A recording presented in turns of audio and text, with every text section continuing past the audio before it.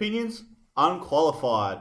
Welcome everyone. I hope everyone is doing splendidly at the time of listening to this podcast. I want to say hello to Nixy. Hey, how are you? Great. How are you doing? Yeah, good man. Good man. I'm a bit wet actually, but yeah, I'm good. It's the weather is not too good, so we're actually in a different location. Still my household, but just a different room. We're not in the shed. Because otherwise the rain and a tin roof probably wouldn't be very good. But that's all right. So we're in here. Hopefully the sound's all good, which it will be. And I want to go straight into our Instagram challenge that we've been doing, Nixy. Yes. That we've challenged our viewers, our listeners. How good was that video? Let's be real. Oh, man. Was good. That if you're advertising, that's like nearly the perfect advertisement. That clip. There's like seriousness, and then there's information, and there's a little humor at the end. Yeah, like I don't want to talk ourselves up too much, but for our first little video, our first video. Bite. Yeah. Yeah, I reckon that's pretty top quality. Yeah. I mean, I reckon we should have done a little bit worse, so then we could have built ourselves up a little bit. Yeah, we've set the standard pretty high. Yeah, so it's a bit tough. But anyway, talking about that and maybe giving a little bit more information to people that maybe not following us on Instagram. I did put it on Facebook, but just in case there's someone out there that's listening to this and doesn't follow us on Instagram or Facebook, which if you don't, I highly suggest that you do. Get to it. But our challenge is to see who can share our podcast in the most creative way possible. So for an example, if you're going on a dating site and your pickup line is, have you heard of Opinions Unqualified? That would be a winner in my eyes. But that's an example, and I'd love to see all the creativity that comes through. We've already got a couple people hitting me up with ideas and whatnot, so it's going to be really exciting. What do you think about it, Nixy? Well, I think it's great. I think what I'd like to see is someone walking down Scarborough Beach with an old 80s style boombox, just blaring out Opinions Unqualified. And then people sort of walking up to him and say, what is that? Turn it up, So, yeah, I don't know. I think that's a creative way as well. But it'd be interesting to see what people come up with. I've had some interest from people that have been listening to the show. So hopefully we get some funny entries and obviously some really creative stuff to get us out there. Yeah, I think it would be really good. And there's already the prizes in the pipe works, and I tell you what, there's high value, so it would be smart to at least enter. But anyway, Nixy, we've got a very special guest on today, and I'm going to leave the introduction to you. Yep. Well, I think you're 100% right when you say special. All right, so special is a word that can be used in many different ways. So she's the sort of special that when you're driving to school and you see that kid with the glass window and gets their tongue stuck to the window, sort of licks glass. That never has a negative word to say about anyone, is a beautiful and positive person, and obviously achieved really highly when she gave birth to me. That has to be her crowning glory and her greatest accomplishment in life. It is our beautiful mama, Selva. So, hola mama, ¿cómo estás? Muy bien, Charles. Bien, good to hear. Thank you for coming on, and then just as a little rundown, Mum's come all the way from Collie. She's a country girl through and through. Yeah. So thank you for coming up. So how are you feeling today? Great. Actually, we've had a great weekend. Actually, so it's been really good. Yeah. So talking about the weekend, and Sam was there, with us. So my brother. So I'm going to give him a little shout out. Troy. Apparently he's still feeling rough, and it's Monday. Turned 40. So the question is, Mama, how old do you feel now that your son's 40? Oh my God, yeah. I certainly know that I'm 60. Yeah. But it's good. I still feel 25. Still feel 25? I still feel 25. Yeah. Well, we did have your illustrious husband on the show a little while, and they say you're as old as you feel, and he's definitely not 25. He's certainly not 25, no. So I want to give everyone a little brief history, about you, Mum, because you are genuinely a really interesting person, and I take the piss, and we have a lot of fun, but you've definitely lived a full life. and experienced some interesting things. So can you explain how you ended up here in Australia?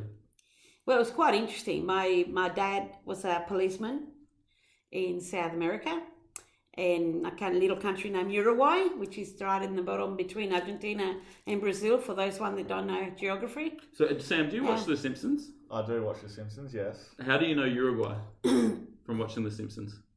Did you watch that episode? I don't know. So I knew it from soccer, really, and just geography. Well, so Homer Simpson looks on a map and he finds a country and points at it and he reads it, "You are gay." Yeah, so the way you are gay. Yeah, so I thought that was just a very interesting Simpsons one. But anyway, yes. Yeah. And I can understand that you know it because of soccer, because the best football players, soccer players, as you call it in Australia, are from Uruguay. What can I say? I rest my case. Well, I don't know, because Suarez, the guy, Suarez. He bit a dude. Like, that's the Uruguayan claim to fame, that he bit a guy. Actually bit him. No, it wasn't Suarez that beat the guy. It was the guy from Argentina, Mendes. He's the one. No, it was Uruguayan. It was Suarez. Really? Luis Suarez beat a guy? Yeah. I think he might have been a repeat offender as well. Yeah. Well, he might have skipped breakfast that day. You know, you gotta bet. Anyway, besides that, is there active cannibalism in Uruguay? Actually, there is. I think he's part of that. No, I'm serious. I'm serious. There are Indians that do eat humans. Yeah, it's true. If you go to the jungles, they're still Indians. They're still traditional Indians. For survival, you eat anything. So do you think Suarez was maybe from that tribe? Oh. Or deep down, like there's ancestry, and then it's just like a natural. You gotta eat. That's true. Luis Suarez. I can't believe it. I'll have to look it up. Yeah. Yeah, we could be wrong. We are opinions unqualified. But that's right. Both of us feel like we're right here. Yeah, but you probably are. You know, when whatever happens in the football field stays in the football field. Not in this case. It stays everywhere. Anyway, besides that, you know, I'm from a small country. The population is 3 million people. The whole country is smaller than WA, really. Yeah, a lot smaller. It's 5 kilometres wide or something, and about so many hundred long, you know, but I don't know. But it's very long and skinny, you know, and it's a funny shape. But, you know, small in a country town named Trinidad Flores, and so I'm a country girl through and through from the time that I was born. And so Dad was a policeman, and he actually jailed. Have you heard of Mojica? No. What's Mojica? Mojica. He's the name of a president that Uruguay had a few years ago, and for the term that he was president, he never claimed his wages. He donated it back to the country. Yeah, right. That's amazing. He did, except for 10%. He kept 10%, and the rest he donated it back to the country, and he ordered his ministers to do the same for a period of 4 years to get the country back on thing. Anyway, Mojica, before he was president, the reason why we came to Australia, in 1968, he was a very naughty man. He was the head of the Tupamaros. The Tupamaros is like the mafia. Yeah, right. Right. So my dad had the pleasure of locking him up. So when you lock someone of that calibre, you know, you've got to go on protection custody. So it took us years, but then we got to Australia in 1973. Of course, my dad told me we were going to Canada, and I said to Dad, "You're lying, we're not going to Canada." He said, "Yes, we are, we're going to Canada." I said, "No, we're not. We're not going to Canada." "Yes, you are." I said, "No, I'm not." So we argued the point anyway. So, of course, I was right, and he just lied. You know, but he didn't tell me where we were going because he said, being a child, and I wasn't that young. I mean, I was 13. I was 12, actually. I wasn't quite 13. He said, "Oh, you would have told your friends, or you would have mentioned it to somebody where we're going, and we need nobody to know exactly where we're going." That's crazy. So that was that. That's hard. So we well, they ended up in Australia. So he came to Australia. I mean, it cost him $10,000 to migrate to Australia. Back then, in 1973, $10,000 was a lot of smackaroos, I tell you. It's a lot of smackaroos now, Mama. Yes, it is. But so that's what happened. So we ended up in Australia. And so it was the best thing that ever happened. I think Australia's my home. when I was a child, I used to say to Dad, take me home. And he'd go, you are home. No, I want to go home. I just want to go home. This is not my home. And when I came to Australia, I knew I was home. Dang. So that's how I ended up here. That's big time, eh? Yeah, and then we were here, and 12 months later, my parents separated. I had to choose, live with my mum or dad, so I decided to leave. I said, no, I'm leaving. I'm going to go my own way. And my dad looked at me and laughed. And he goes, yeah, okay, take care. My mum just, just couldn't do much. So I ended up in the Cockle-Biddy in the middle of the Nullarbor. Yeah, right. So I worked there. How old were you then? I was 14. 14. Yeah. Moved out of home at 14. Yeah. So it was great. There was a sign there, flipping burgers. I said to the truck driver that gave me, because I hitchhike. Yeah, right. And I said to the truck driver, I asked, me, cook. Yeah. So I went in there, and the lady that ran the rodeo was Mrs. Mitchell, beautiful English lady, absolutely. Mrs. M, she was the bomb. And she looked at me, and she said, yep. So I stayed and worked. All I had was my crystals, my tarot cards, and a bag of clothing. That's all I had. So she showed me where the room was, and then I came out. I only cooked one day. I was there for 2 years and I only cooked one day.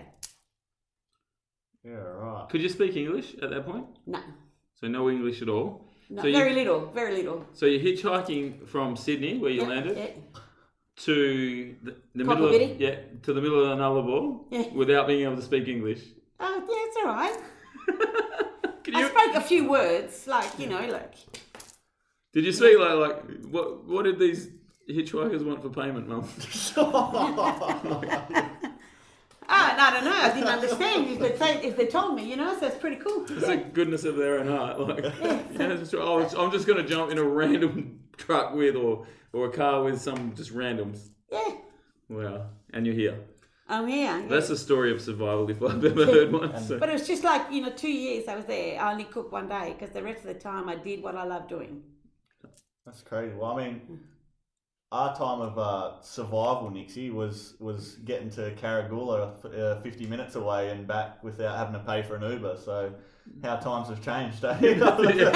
We thought, man, my faith in humanity is restored from getting to Callagaran and back. I know. Right, so you just mentioned that you get to do what you love. So now, here's a story. All right, so as a kid, so this is me as a child. That was hard for you. Well, it wasn't hard. Like we had a family full of love, and I think that's the most important thing when you're talking about things. There's material goods, but there's being in a loving environment, and we always had that. But I grew up in a pink house, so Dad and Mum, being wackos, painted our house red, and then there was like the red and pink. Now wait a minute, we painted it red and pink at the request of the children. After a car accident, a major car accident, we moved back to our house, and our house was run down, had holes in the wall. The people that were renting it completely wrecked it. We had to rebuild it, and we were all down and out. And Brett, my first husband, said well, what colour are we going to paint the house?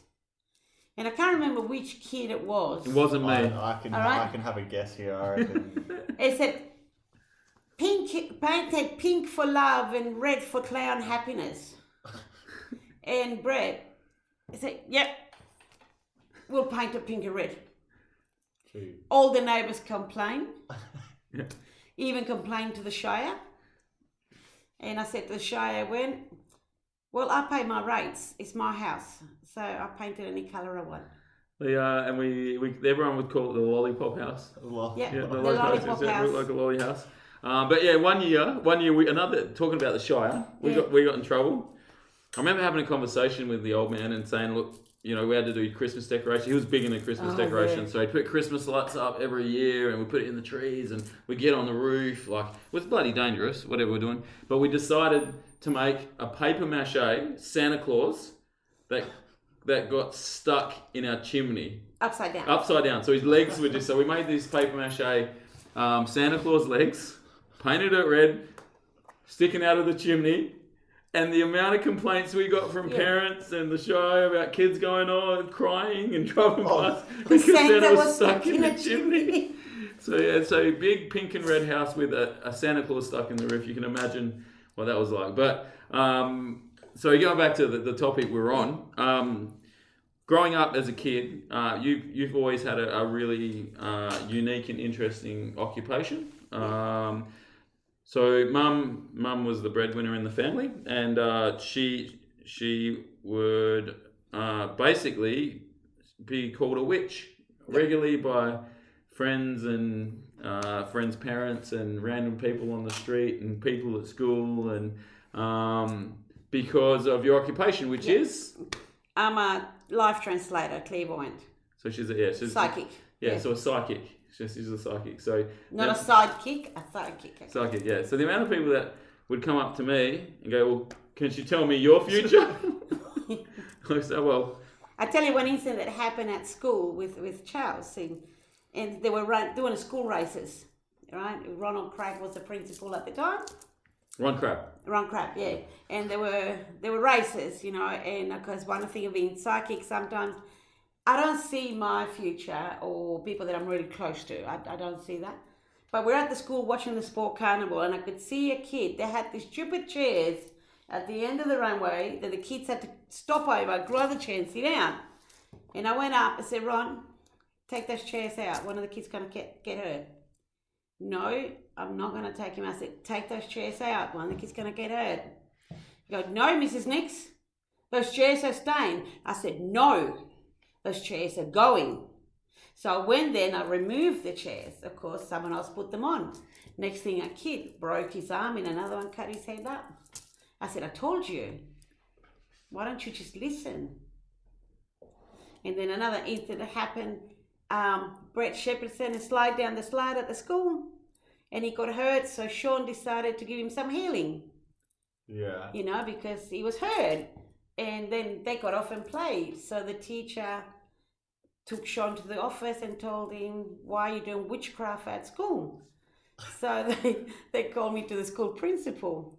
And they go, "Mrs. Nix, I'm sorry, but your son cannot do what he did at school." "What did he do?"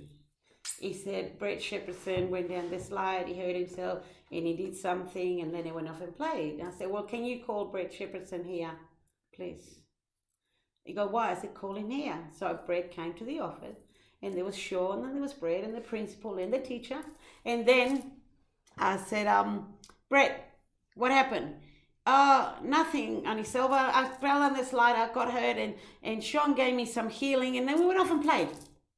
I said, "Did it hurt you?" No, it was good. What we do at your place, "Okay, all right, you can go and play."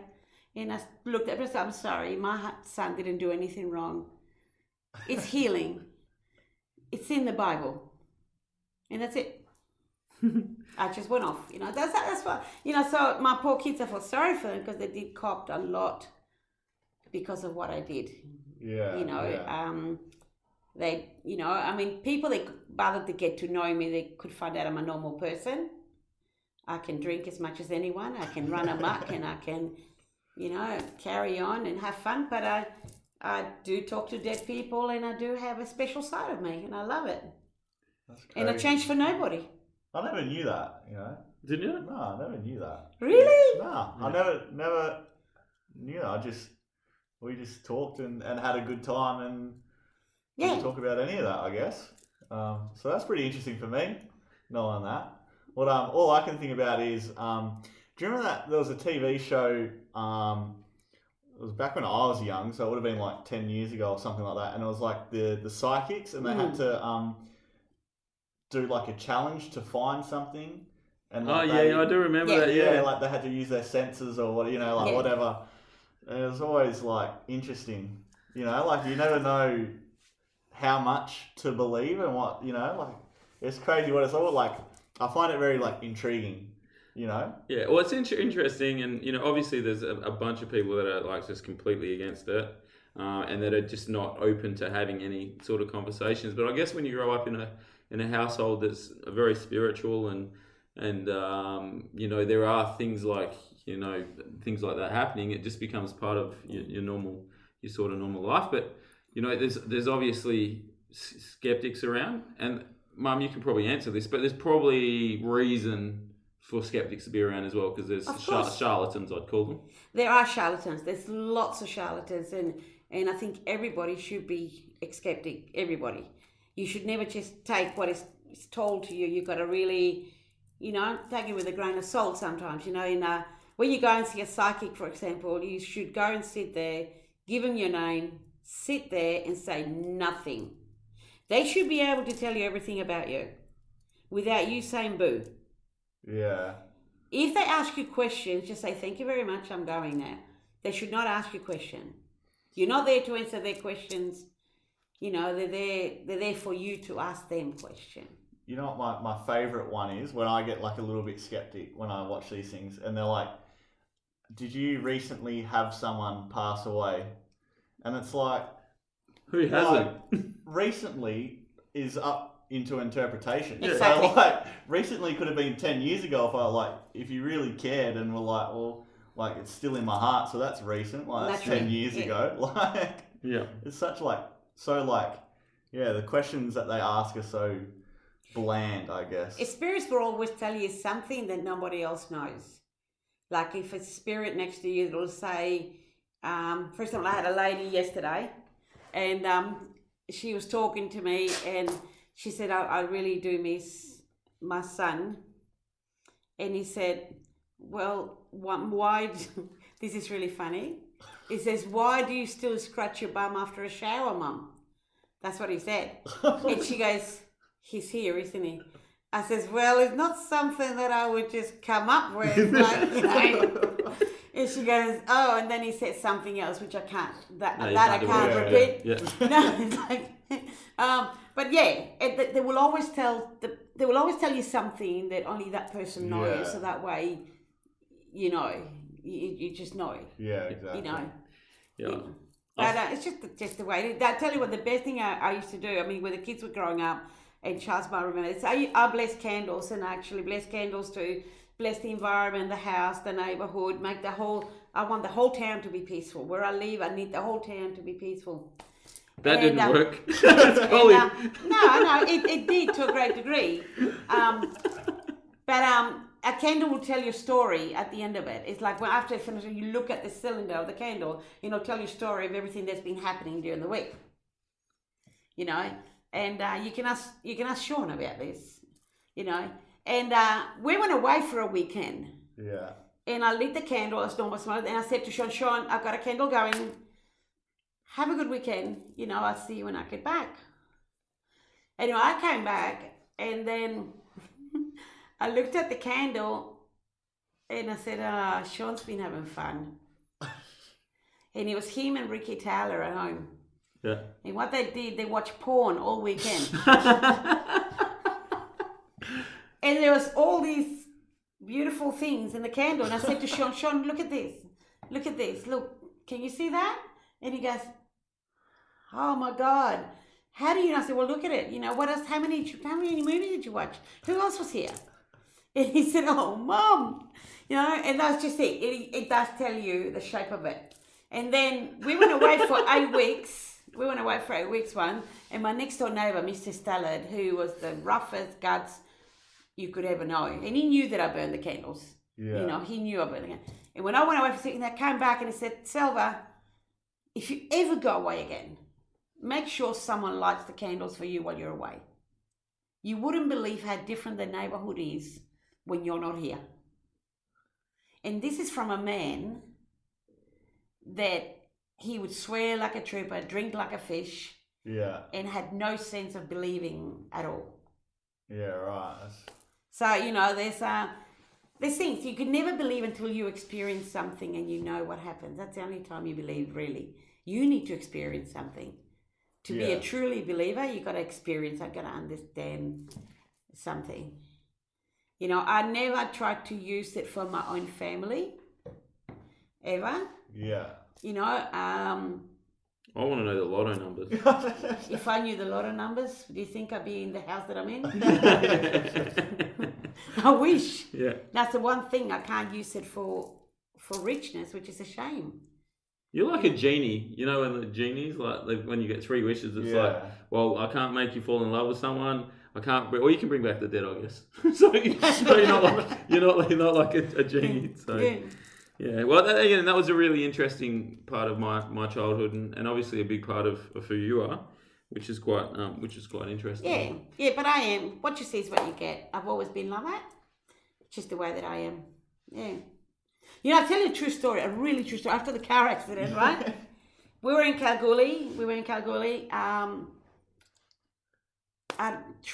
You were very little, so you probably don't remember this.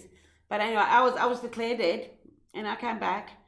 Troy was in hospital with broken hips and crutches. Charles had his ears taken off, and he's got scars behind the ears. You can check. Yeah. That's why he's got that dent in his head there. Yeah. That's from the car accident. Diana, the top of her, from the nose up, she flicked back. And Sean was only 4 months old, and he had broken legs. Anyway, so I was dead, and then I came back to life, right? And it was just amazing. Like, I was up there, and they said, no, your time's not there yet, so it's time for you to come back. So I came back. Brett was very happy because, he just thought he lost me, but he got me back. And of course I'm the best. Of course he'd be happy, Anyway, when we came back from Kalgoorlie, we were stuck in Kalgoorlie for 12 months. Yeah. No money, no nothing. We couldn't get Social Security because Brett wasn't unemployed. We couldn't get compensation because the accident didn't happen at work. Yeah. So we had nothing, no money that we could get from anywhere. There was no support whatsoever. I was in Kalgoorlie 2 days. We've never been there before. We didn't know anybody from Aborosone. Yeah. A guy knocked at the door and he says, Selva, will you read me? I go, how do you know about me? Because I didn't know anybody. Yeah. Never been in Kalgoorlie before. Yeah. He said, I don't know. I'm just here and you're going to read me. Anyway, so I read him. Right? Yeah. And I never used to charge for what I did because I just loved it because Brett was working at the time, so I did. I said, I'll do it for love. Yeah.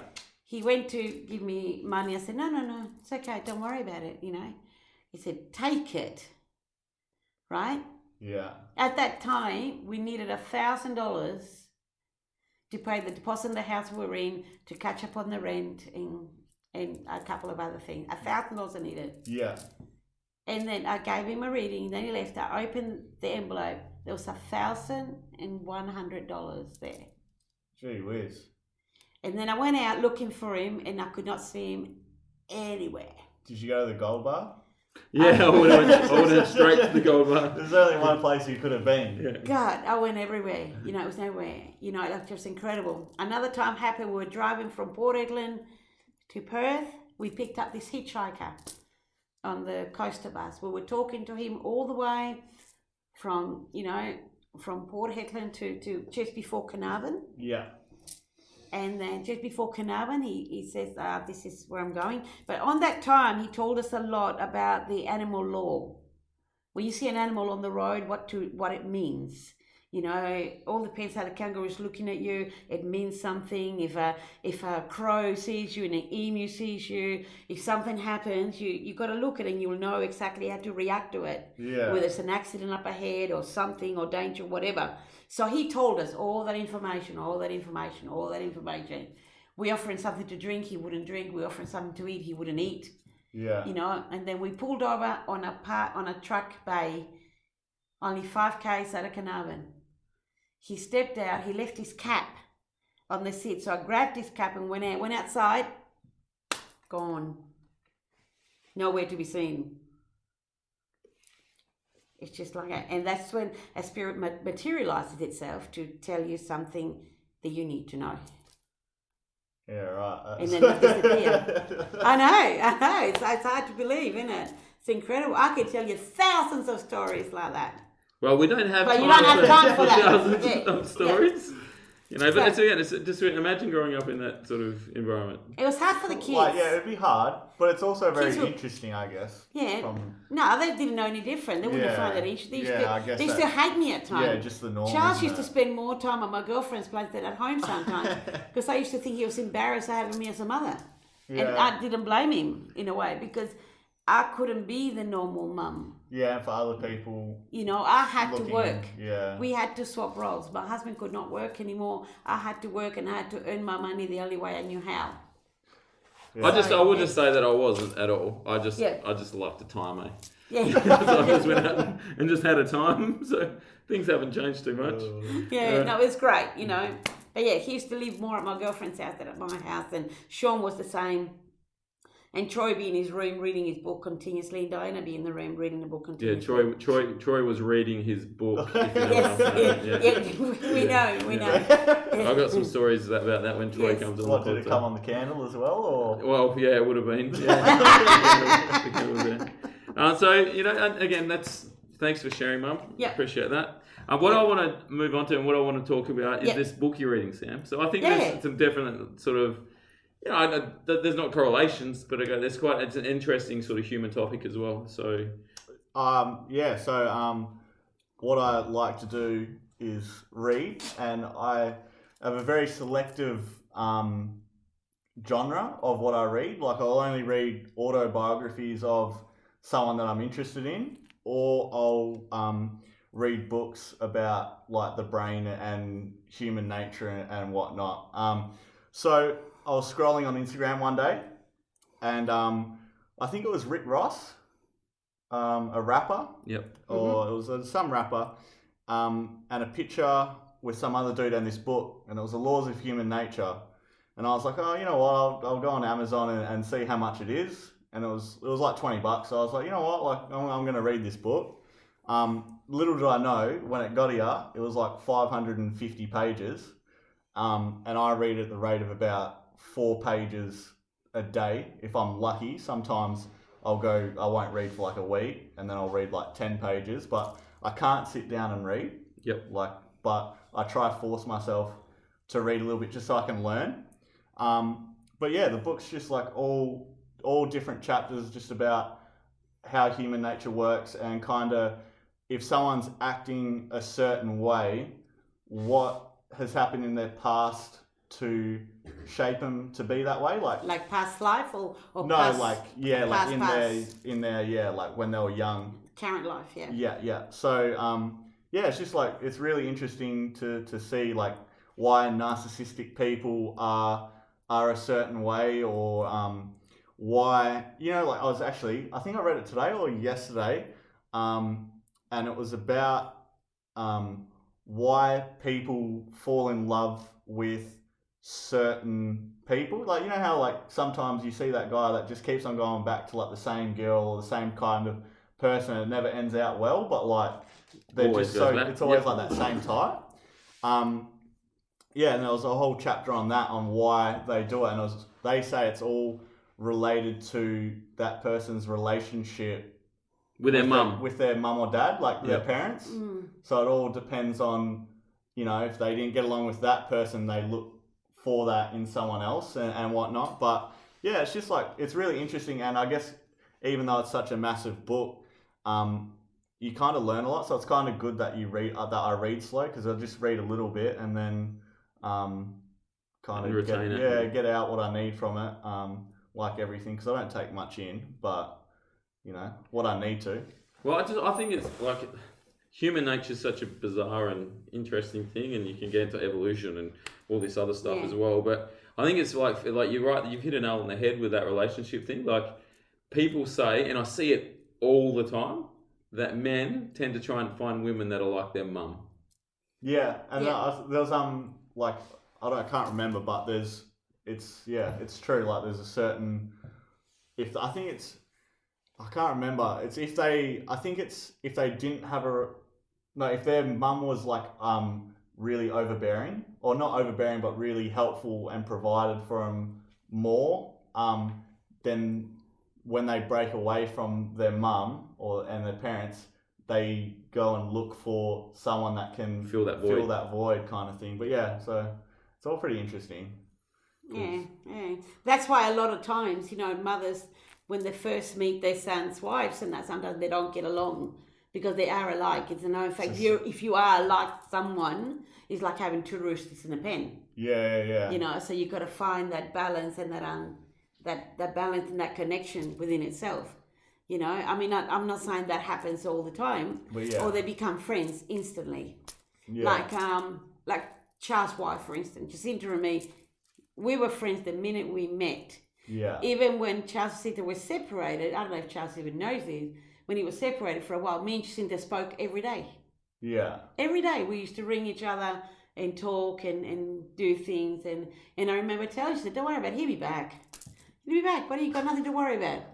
You know, and but for ages we talked every day. We talked about different things, lots of different things. Yeah. You know, and we just connected. It was just like she felt like she was like my other half type of thing. Yeah. It's You know, crazy. it was Get a room. incredible. You know.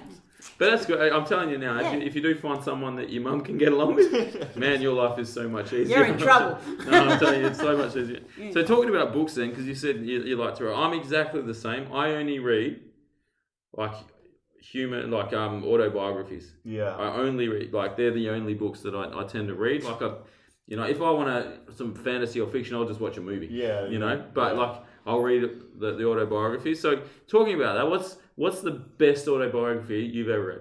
I'm just gonna go for the last one that I read. Yeah. Because I don't It's read the that. one he Like I said, remembers. yeah, it's the one I remember because I don't read that much. And most of the last books I've read, I could tell you more about like all the mindset and human nature kind of psychology books. But Andre Iguodala, his autobiography or whatever, Six Man, is his thing. It's kind of interesting to see like where he came from and his background and whatnot, and how he kind of moved his way through the NBA and kind of explained some things that people question him for, like some of his decisions that he made in the NBA, and kind of clarified that, where you're like, oh, like, it shows you, you know, when people are famous and they make a decision and the whole world thinks that they should have done it differently, and it's like, well, you know, like, I am this person, this is what I wanted to do, like sorry, like, I'm going to do what's best for me, even if it disappoints. Yeah. But yeah, what about you? For me, probably the best autobiography, or probably the best book I've ever read, actually not written, definitely didn't write it, is Scar Tissue. So it's the Anthony Kiedis autobiography. He's the lead singer of the Red Hot Chili Peppers, and it just goes through, his life. It's an old book now, so it's probably 20 years on. Yeah. But just through his life and, his struggles with addiction and fame. And, there's obviously some interesting stories about when he's at the lowest of lows and what songs and different things he created when he was in that mindset, or, in that, in that pain, I guess. And, similar to Mum's was a car accident, but the dude died, from like an overdose, and he's got brought back to life. And, it's really, really quite full on, but it's a fantastic read. Another really good one that I enjoyed was a book, and I'll have to remember what it's called now because I read it ages ago, is a book from the drummer from Guns N' Roses. Yeah. So the original drummer of Guns N' Roses, and then they kicked him out of the band, and he's all super sort of pissed about the fact that they got massive and big, and he was on the first album, and it talks about, and Slash is a good one as well. But I love those musicians, man, because they were just mad dogs, eh? Yeah, they got the story, especially though, like that time, rock and roll was just they were living the life. Oh yeah. Mum, there's a. Look, I only You can't even read, can you? I do read actually, funny enough, but the same thing. I only read about things that I'm really interested in, that I'm really connected to. Like I've read the life of Chico Javier, which is he was another medium, so it's my type of thing. So and the life of John O'God, because I met him and I wanted to know more about him. So they're the only two books that I actually read cover to cover in my whole life. Yeah, right. Oh, wow. Yeah, because I was interested. It just, if I'm not interested in something, I won't even pick it up. Like I got a very good friend. There's an author, John, and he's giving me his book, and I said, "Hey, John, I don't read. If I can't, he said just have a look at it and glance it for me." So in his book, actually, I'm quite enjoying it. Actually, yeah. I just open it any page, and it seems to be on what I'm thinking about. Yeah. It's a book about logic and life and things like that. You will enjoy it, actually. Yeah, because you can take something. So I just open it any page, and for some reason, it tends to connect to what's on my mind at that point in time. Yeah, that's And cool. I told him, this is cool. So I interviewed him for my radio show. Yeah. I do a radio show in New York on Wednesday morning. And I said, will you be my guest? And he go, yeah. So he was doing this show with me. And I said, okay, let's open your book anywhere, you know? Yeah. And it was incredible how we actually were reading stuff, you know? Yeah, That's good. Yeah, that's how I do. If I can't relate to it, I won't read it. Yeah, no, that's fair But yeah. enough. Yeah, so if you hear that rattling around, Mum's got like 47 bracelets on her arms. She's just decided, she's getting excited. Rah! Yeah. So anyway, so if anyone has any sort of autobiographies or books that they've loved, share it with us. That could be like a review item for us, and we'll both read it, and we might even have a race to see. We might be episode 247 that we talk about it, but because I'm a slow reader as well. But it'll be interesting, and if you haven't read Scar Tissue, I highly recommend it, and obviously the books we've spoken about. Probably one of the most interesting things I've seen during the week. I've been watching this show on Netflix called History 101. Yeah. And I've really enjoyed it. 20-minute episodes, and they focus on different interesting things. Every episode's about one specific thing that has sort of changed history a little bit. So there was an episode on nuclear power and nuclear weapons and all that sort of stuff, which was interesting. Yeah. But the last episode of the series is about DNA. So, and how they sort of discovered DNA and what DNA is, and I was just sitting there just going, man, this is actually pretty damn cool. This is insane. Probably the most interesting thing, and everyone knows this, that we share the 95% of the same DNA as monkeys, as humans. And we're like, yeah, well, that sort of makes sense. We've got, hands and feet, and we stand up, and we can think, and, that sort of thing. But the most interesting thing I heard is that humans share 60% of the same DNA as bananas. So why is when people call someone bananas like a derogatory statement? Like if someone called me bananas knowing that now, I'm gonna be like, well, yeah, I'm 60% of a banana. So what do you expect? Yeah, like how weird is that? 60% of the same DNA as a banana. And that explains maybe why banana's so important in your diet.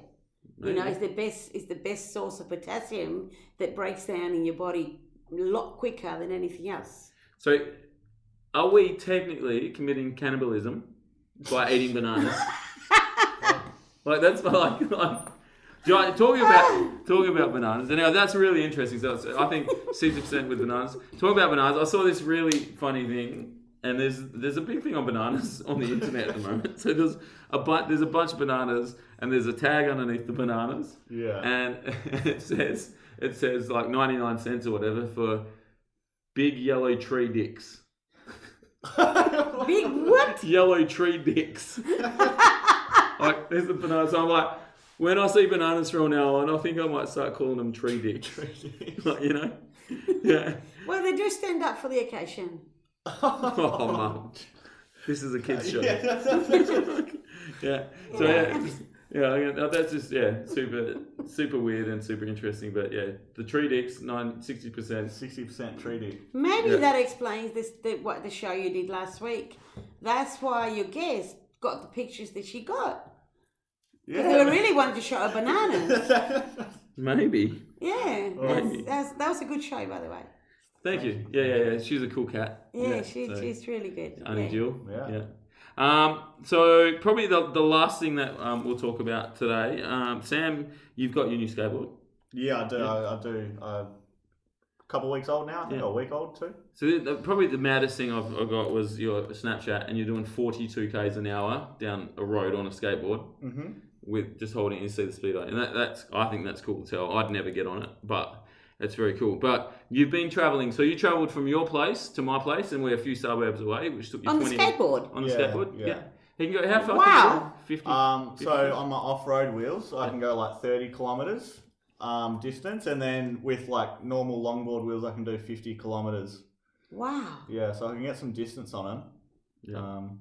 So anyway, you've been travelling, Yeah. and old people are always saying shit. Is that like, because you spent time with the Flintstones or something? Or? No, it's just so much fun. Like, So yeah, talking about sort of, old people are always getting on us young folks, eh? Yeah. About things, aren't they? They're always riding our back, man. We're just trying to live our life, our best life. Just trying to have some fun out here. Yeah. And what have you noticed?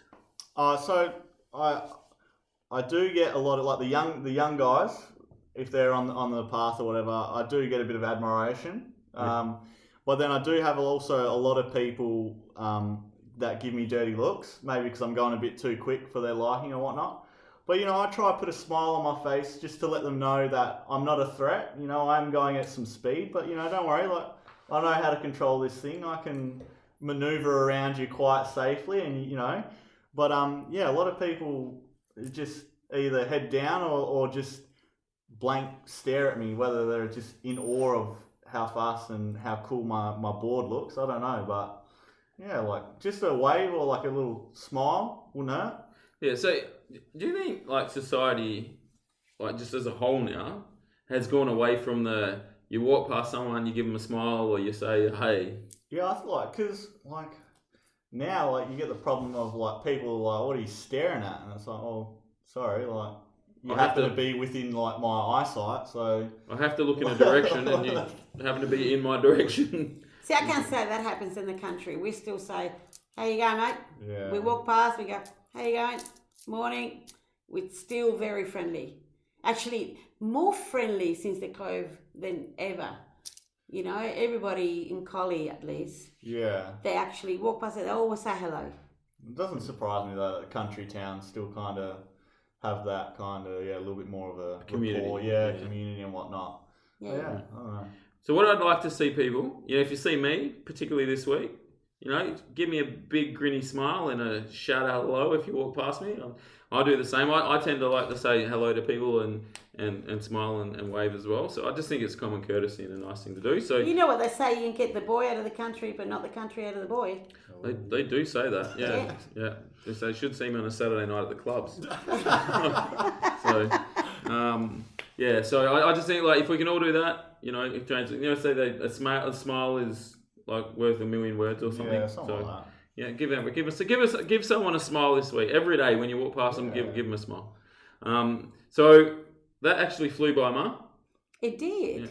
Yeah. Thank you very much for coming on and being involved in our show. I feel like you definitely didn't feel uncomfortable in the spotlight. So, so that was good and sharing it. I would obviously love to have you back and we can go into deeper, more detail about, the Brazilian stuff you've done and like a lot of stuff. But thank you for coming on. I love you very much. Thanks for being the greatest mum I could ever wish for.